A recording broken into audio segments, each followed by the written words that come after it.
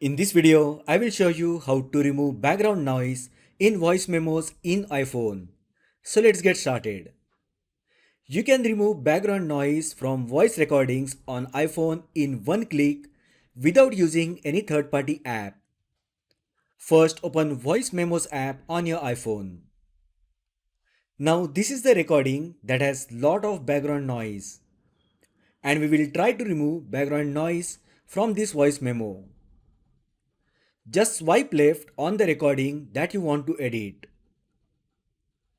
Now tap three dots to open the menu.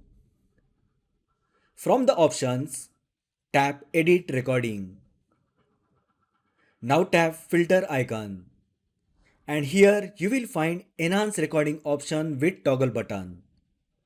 Just turn on toggle button and background noise will be removed from recording. Here is the effect with Enhance Recording off and when turned on.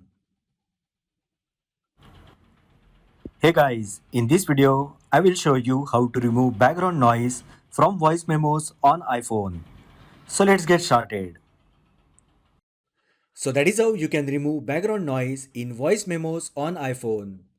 If you find the video helpful, then like the video, share with your friends and subscribe to my channel.